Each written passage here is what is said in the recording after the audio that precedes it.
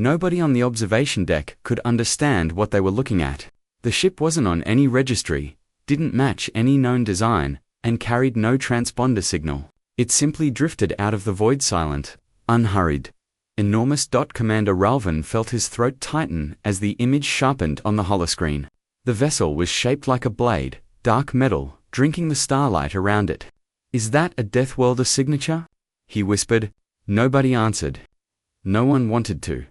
The crew of the Vigilant Star had grown used to strange sightings along the outer frontier, but this felt different.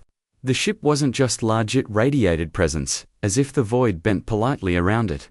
Lieutenant Saren broke the silence. "It's not moving aggressively, just observing us." Ralvin exhaled slowly.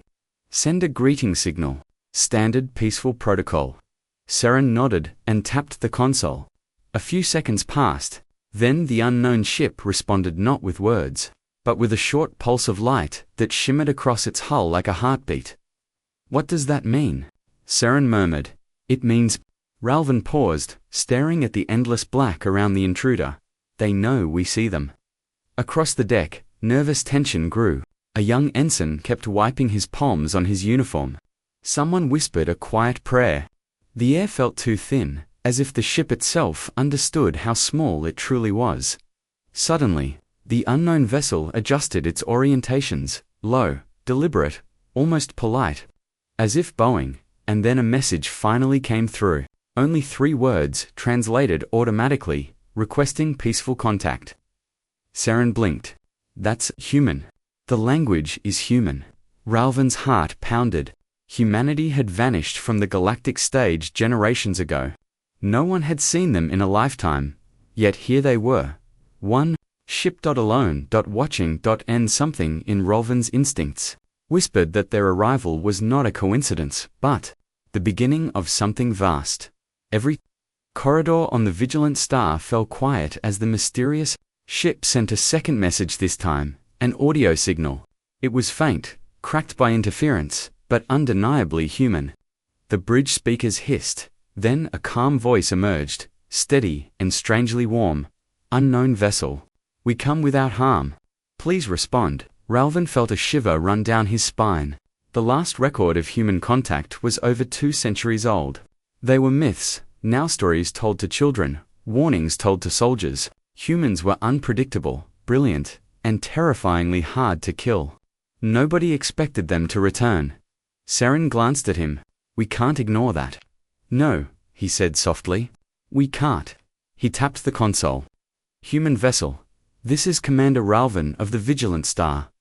State your purpose." A long breath filled the speakers. Then the voice answered, almost tired. "We're trying to come home." Home. The word hit the crew like a stone dropped into still water. Whispers spread through the bridge. One technician quietly muttered, "Humans had a home here." Ralvin leaned forward. "Identify yourself." A pause. Then, Captain Mara Hale, commanding the Terran ship, Resolute. Resolute. The name alone carried weight. Human ships had names like promises, and this one sounded like it had earned every scar. The hollow silence that followed felt heavier than space itself. Saren lowered her voice. "Should we inform the council?" "We should," Ralvin replied, "but not yet. I want to understand what we're dealing with first." Before he could say more, the lights dimmed. Tactical systems flickered. A proximity alert screamed across the bridge. Another fleet was dropping out of warp. Dozens of ships, maybe more. Their signatures were unmistakable. "The Kareth Dominion," Saren breathed. "They're moving fast." Ralvin's chest tightened. Of course they are, because if humans were truly back, every power in the galaxy would want the first shot. The bridge lights snapped to combat red as the Kareth fleet broke through Warpro after row of jagged war cruisers, their engines burning like open wounds in space. No warnings, no hail, just pure aggression closing in. Saren's voice trembled despite her training. "Commander, they're arming plasma lancers," Ralvin already knew. The Kareth never hesitated, not when an opportunity for dominance stood in front of them.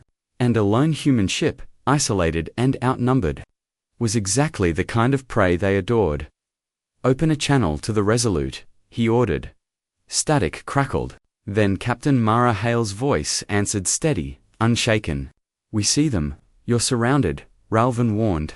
"Retreat to our formation. We'll shield you." A soft, almost weary exhale came through the speakers. "Appreciate the concern, Commander, but we won't be running." Ralvin stared at the hop. The Kareth ships were spreading out like wolves, circling a wounded animal. "Captain, this is not the time for pride. They will destroy you, maybe," Hale said. "But we didn't travel across half the galaxy to hide behind someone else's hull." Her tone was an arrogant, just calm, in a way that unsettled everyone listening. Saren frowned at the readings. "Commander, I'm detecting something odd.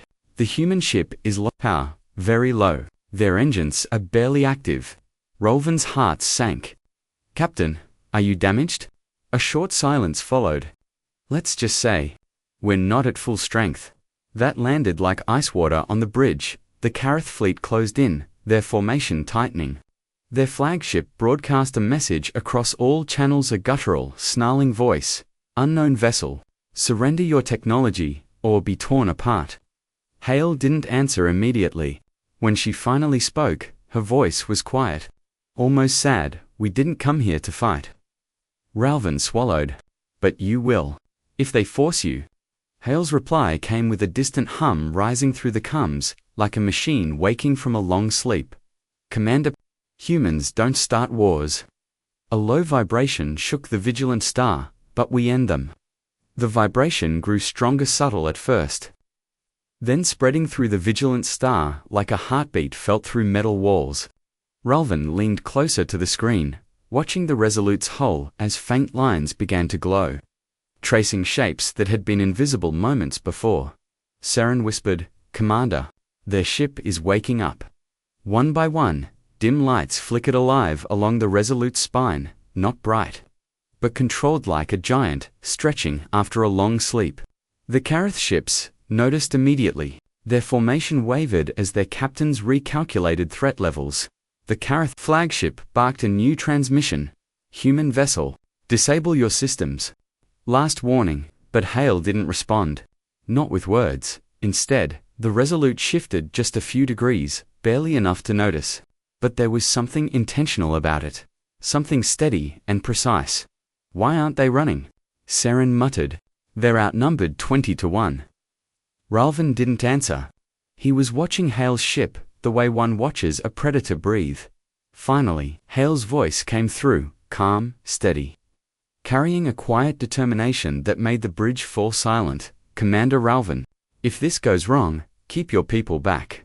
What happens next isn't meant for you." Ralvin's stomach tightened. "Captain Hale, what exactly is the Resolute?" There was a soft crackle. Then her answer drifted through, like a confession whispered in a dark room. "A ship built for a war nobody survived." Before Ralvin could ask more, a deep mechanical groan rolled across space. The Resolute's hull opened along its centerliner, slow, almost painful motion, and revealed something hidden beneath armored layers. A single cannon, massive and scarred, hummed with a low-frequency sound that made every screen flicker. Saren's eyes widened. "That's not a weapon. That's a civilization-ending device."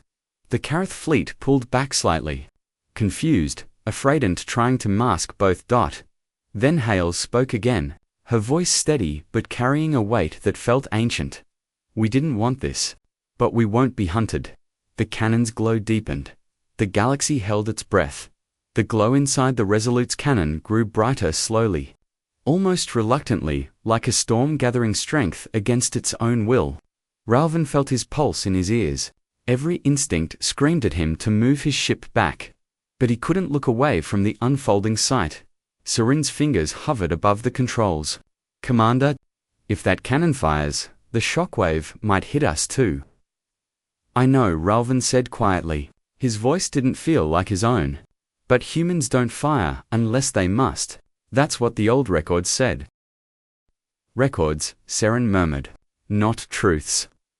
Outside, the Kareth fleet wavered. Predators didn't understand fear easily, but something about the Resolute's silence unsettled even them.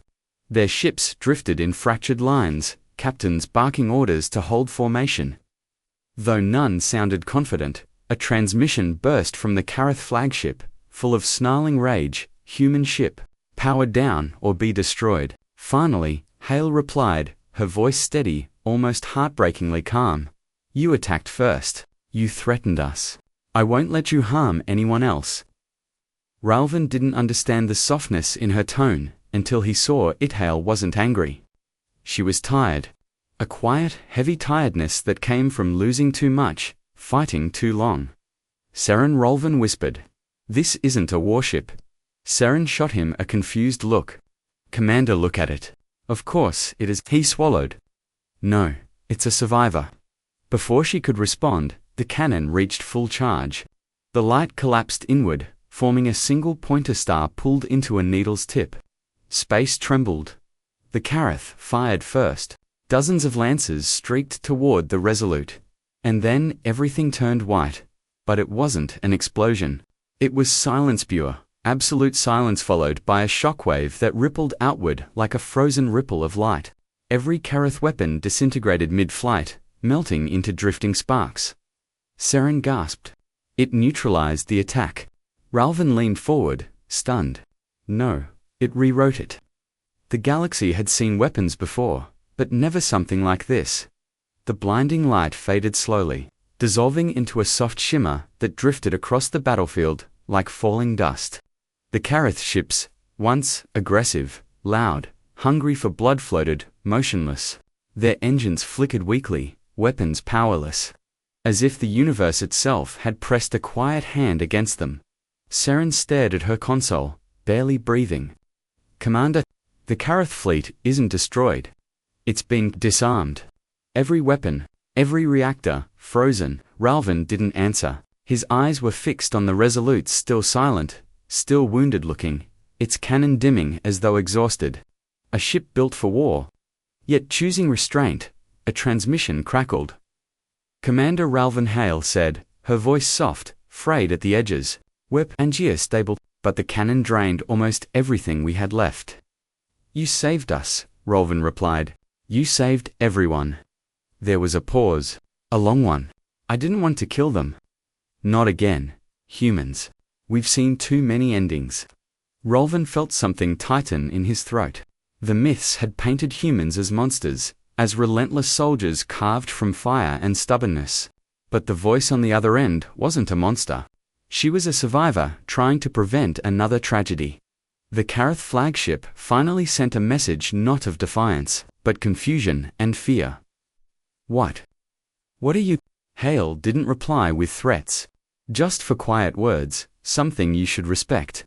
And somehow, that felt more powerful than any weapon. Ships across the sector began arriving, cautious, witnessing a moment that would ripple across history. A single human warship had returned, not as a conqueror, but as a reminder. Saren exhaled shakily. Commander, what happens now? Ralvin watched the Resolute's lights flicker like a tired heartbeat. Now, he murmured. The galaxy learns that humans didn't survive by force alone. The Resolute drifted closer, its hull reflecting the first gentle rays of a nearby star. They survived, Ralvin whispered, because they refused to become the monsters everyone feared. For the first time in centuries, humanity had returned. Not to start a war but to end the need for one.